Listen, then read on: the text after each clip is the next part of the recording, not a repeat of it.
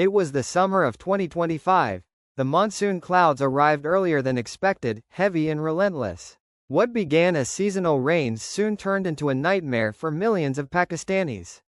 By June, the skies opened over Islamabad and the northern valleys, sending violent torrents rushing down into Khyber Pakhtunkhwa. Tourists in the scenic Swat Valley were swept away. Families clung to rocks, bridges collapsed, and homes disappeared under muddy water.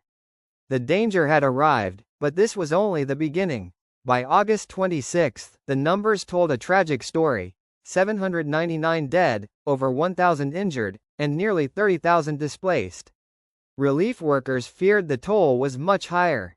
Soon after, humanitarian groups estimated that nearly 1 million people were affected, and more than 4,200 homes destroyed.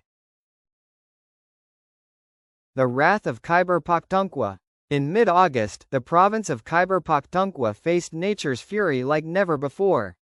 Between August 14 and 17, torrential rains and sudden cloudbursts unleashed chaos.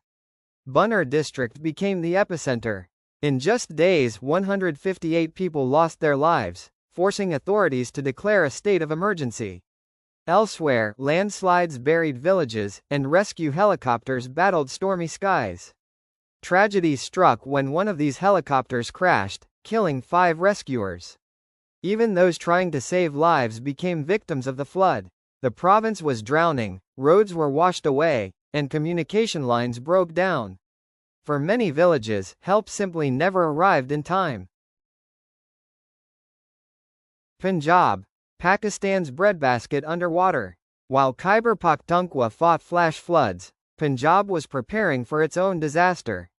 By August 20, swollen rivers, the Ravi, Sutlej, and Chenab, burst their banks. Heavy rain, combined with water releases from upstream dams in India, unleashed the worst floods since 1988.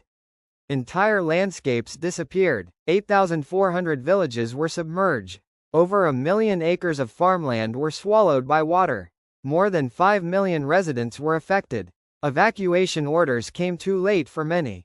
Still, authorities managed to move 1 to 2 million people into temporary shelters.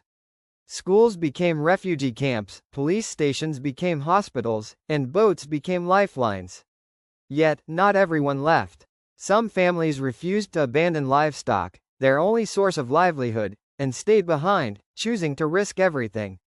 By the end of August, the nationwide death toll had climbed to 849, with Punjab and KP bearing the brunt.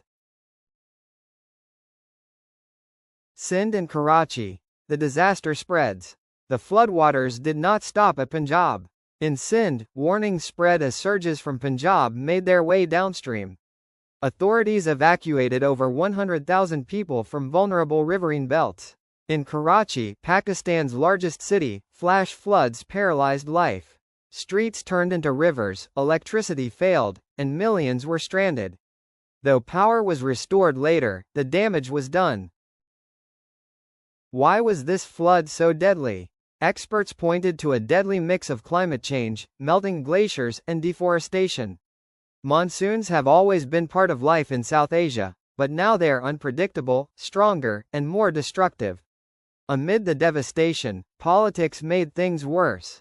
Pakistan accused India of weaponizing water, releasing dam water without proper warning. Analysts argued these claims were exaggerated, but with the Indus Waters Treaty suspended and data sharing disrupted, mistrust deepened. The floods became not just a natural disaster, but a geopolitical flashpoint. Human faces of the tragedy. Behind every number was a story. In a relief camp in Punjab, 19-year-old Shumaila Riaz, 7 months pregnant, struggled to find rest on a crowded classroom floor. Her family had lost their home. In Khyber district, villagers were forced to evacuate not once but twice, first during border tensions, then again when the floods came. Their livestock, homes, and hopes washed away in front of their eyes. Farmers stood helpless as their fields disappeared. For many, it wasn't just this year's harvest they lost, it was their entire future. Government and relief response. The army and disaster authorities deployed drones, helicopters, and boats. International NGOs and local charities like Al-Khidmat and Khalsa Aid rushed food, tents, and medicine. In some areas, authorities even prepared to blow up embankments near Multan to divert floodwaters, a desperate measure that showed the magnitude of the crisis.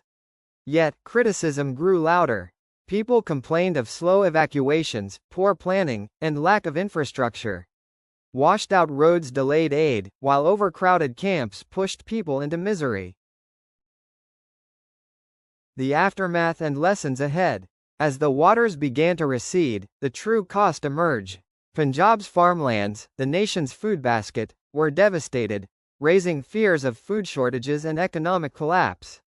Millions remained displaced, their villages gone, their futures uncertain. The flood had fractured not only homes but also the spirit of countless families. Pakistan now faced a question: can it build resilience, or will these floods return with even greater fury? Experts warned that without investment in early warning systems, climate-resilient infrastructure, and reforestation, disasters like this would only worsen. Beyond the immediate tragedy, the August 2025 floods became a grim reminder that Pakistan is on the front lines of the global climate crisis. Closing note: this was more than just a flood. It was a test of endurance, unity, and survival. From the valleys of Swat to the plains of Punjab, from Karachi's streets to Sindh's villages, the people of Pakistan endured one of the greatest catastrophes in recent memory.